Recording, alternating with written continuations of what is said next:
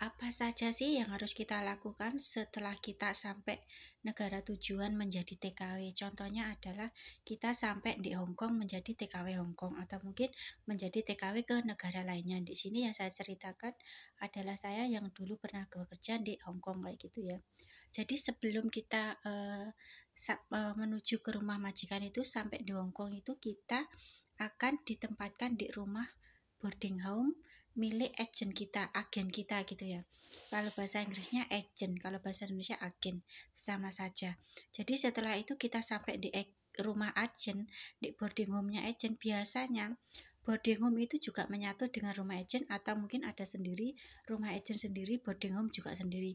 Itu tergantung agen kalian ya. Semisal kalian itu ditaruh di rumah boarding home. Boarding home itu adalah rumah sementara yang agen kalian menitipkan kalian di situ. Jadi tempat tinggal sementara selama kalian menunggu waktu untuk dijemput bos kalian. Jadi biasanya apa saja sih yang harus kita lakukan di boarding home? Kalau saya dulu ya, selama saya di boarding home itu ada penanggung jawab di boarding home situ.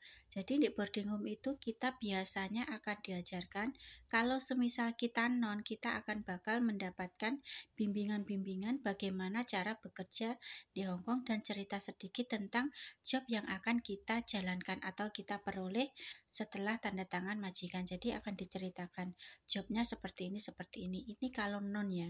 Semisal kalian itu interviewnya kan di Indonesia, jadi setelah sampai ke sana kalian akan dikasih bimbingan oleh agen kalian atau mungkin juga oleh staf yang dipercaya untuk membimbing kalian selama tinggal di boarding house, selama menunggu majikan kalian. Jadi apa saja sih yang biasanya diberikan nasihat untuk kita selama boarding home? Yang pertama itu biasanya adalah adabnya ya. Adabnya itu kalau kemana-mana itu izin dulu. Dan setelah sampai ke rumah pun kita harus ngasih tahu ke bos kalau kita sudah sampai ke rumah. Selama kita mau masuk ke rumah majikan itu akan dikasih pesan-pesan seperti contohnya itu memberi salam, kayak gitu juga akan dikasih contoh. Kalau kita masuk ke rumah orang Hongkong itu biasanya kita harus melepas sepatu dulu ya, jangan sampai kita itu melepas sepatunya itu di dalam. Tapi kalau kita sebagai PRT, sebagai CC, kita lepas sepatunya di luar dan kita masuk ke dalam itu sudah langsung menginjak itu kaki kita ya, bukan sepatu kita ya yang pertama masuk, karena itu bisa masukkan kuman kayak gitu ya. Jadi kalau bos kita itu terserah, tapi kalau CC sebaiknya seperti itu. Karena saya dulu itu juga begitu, sering sekali saya keluar rumah itu mengantar anak, menjemput anak, belanja ke pasar kan sandal kita atau alas kaki kita itu kan biasanya kotor, jadi dilepas di luar. Kalau semisal ditaruh di dalam, ditaruh di tempatnya itu kita tenteng baru kita masuk ya, jangan kita naruhnya itu kita masuk memakai sandal dan langsung ditaruh di raknya itu sudah kayak kita itu membawa kuman masuk seperti itu ya. Adab di Hongkong itu kenapa kok sepatu sandal itu masuk ke rumah majikan? Karena rumah di sana itu kan buildingnya itu kan tinggi-tinggi, bangunannya itu tinggi-tinggi dan di depan pintu kita itu ada lorong kita masuk. Mungkin lebarnya itu cuma 1,20 cm ya. 1,5 meter lah gitu ya, kecil sekali buat simpangan 2 orang itu, pokoknya sekitar 1,20 cm seperti itu ya. Itu setiap 2 minggu atau 1 bulan sekali itu bakal disiram air. Jadi kalau semisal di depan pintu kita itu banyak sandal, banyak sepatu di situ, mereka akan kesulitan untuk menyemprotkan airnya. Mau ditaruh di mana itu, masa di bawah terus. Sedang mereka itu kerjanya kan juga terburu-buru. Jadi kalau kita di sana itu pasti sudah dikasih tahu kalau sandal sepatu itu dimasukkan ke dalam. Kita kembali lagi ke boarding home. Selama di boarding home itu kita akan dikasih penjelasan-penjelasan tentang bagaimana bekerja di Hong Kong.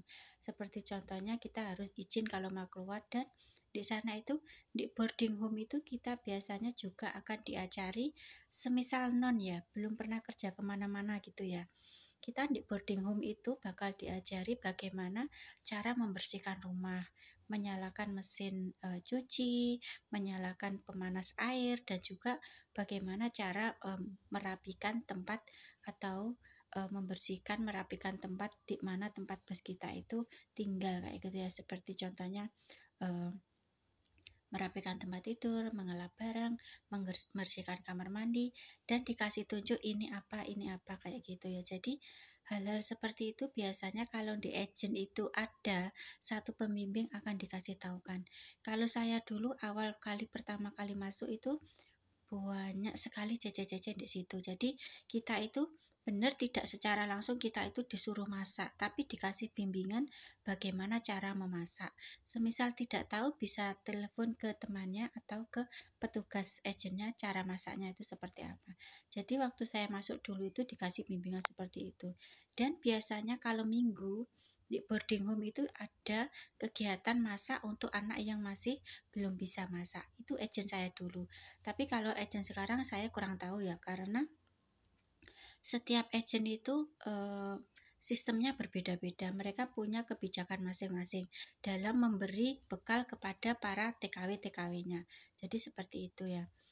Untuk selanjutnya, selama di boarding itu kita harus kuai-kuaiti. Ngerti nggak bahasa Kantonis kuai-kuaiti?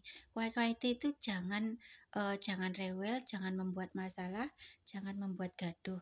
Karena selama kita tinggal di boarding home itu, semua sorot mata itu melihat kepada kita masing-masing. Jadi agent itu diam-diam akan memperhatikan tingkah laku kita itu seperti apa. Jadi untuk kalian yang baru pertama masuk ke boarding home itu, lebih baik itu menjaga sikap kita ya, bagaimana cara kita mengobrol sama teman, bagaimana kita menanggapi bimbingan-bimbingan dari mereka, itu sebaiknya dipahami benar-benar ya. Jangan sampai kita itu seenaknya, contohnya keluar meskipun itu sebentar ya di sana itu ya. Sebentar atau lama itu bukan masalah, yang terpenting adalah izinnya. Kalau sudah dikasih izin baru boleh pergi. Kalau tidak dikasih izin jangan melanggar kayak gitu ya. Jadi kita tidak boleh seenaknya itu keluar rumah karena kita itu seperti sudah dewasa, sudah besar, kita keluar rumah dari boarding home sendirian, itu tidak boleh ya. Jadi kita harus tetap ada izin-izinnya dari pemilik boarding house. Seperti contohnya adalah agent kita. Karena begini ya, di luar negeri sama negara kita itu beda ya, beda jauh ya adab-adabnya, peraturannya, kedisiplinannya. Jadi jangan sampai kebiasaan kita di sini yang saya bukan apa ya, karena di negara kita sendiri ini mungkin peraturannya kalau begini itu dianggap hal wajar. Kalau pergi seenaknya itu mungkin nggak apa-apa, nanti balik juga dikasih tahu. Di sana itu tidak ya. Sekali kita tidak meminta pamit itu dianggap melanggar. Jadi di sana itu orangnya sangat disiplin, bertanggung jawab. Semisal kalian itu kan dibawa dari Indonesia, dibawa ke sana, pasti di sana itu bertanggung jawab untuk memberi tempat kalian supaya aman gitu ya. Paling penting adalah mereka itu menjaga keamanan kalian. Jangan sampai terjadi hal-hal yang tidak diinginkan. Seperti contohnya kalian itu tidak pamit keluar rumah. Ada hal terjadi, misalnya apa yang tidak kita inginkan gitu. Tiba-tiba ada orang ngebel nyari agennya. Itu yang disalahkan siapa? Tentu saja agennya. Padahal agennya itu tidak tahu anak itu sedang ngapain, pergi kemana, dan sama siapa. Jadi untuk kalian yang baru pertama kali masuk ke Hong Kong, tinggal di boarding home, kalian baik-baik tinggal di boarding home, ikuti perintah dari agent kalian, bimbingannya seperti apa, arahannya seperti apa, kalian dengarkan baik-baik. Karena kalau kita sebagai pemula jangan merasa kita sok pintar dulu, karena masih terlalu banyak yang kita perlu ketahui. Jadi perlahan-lahan kita akan mengetahuinya.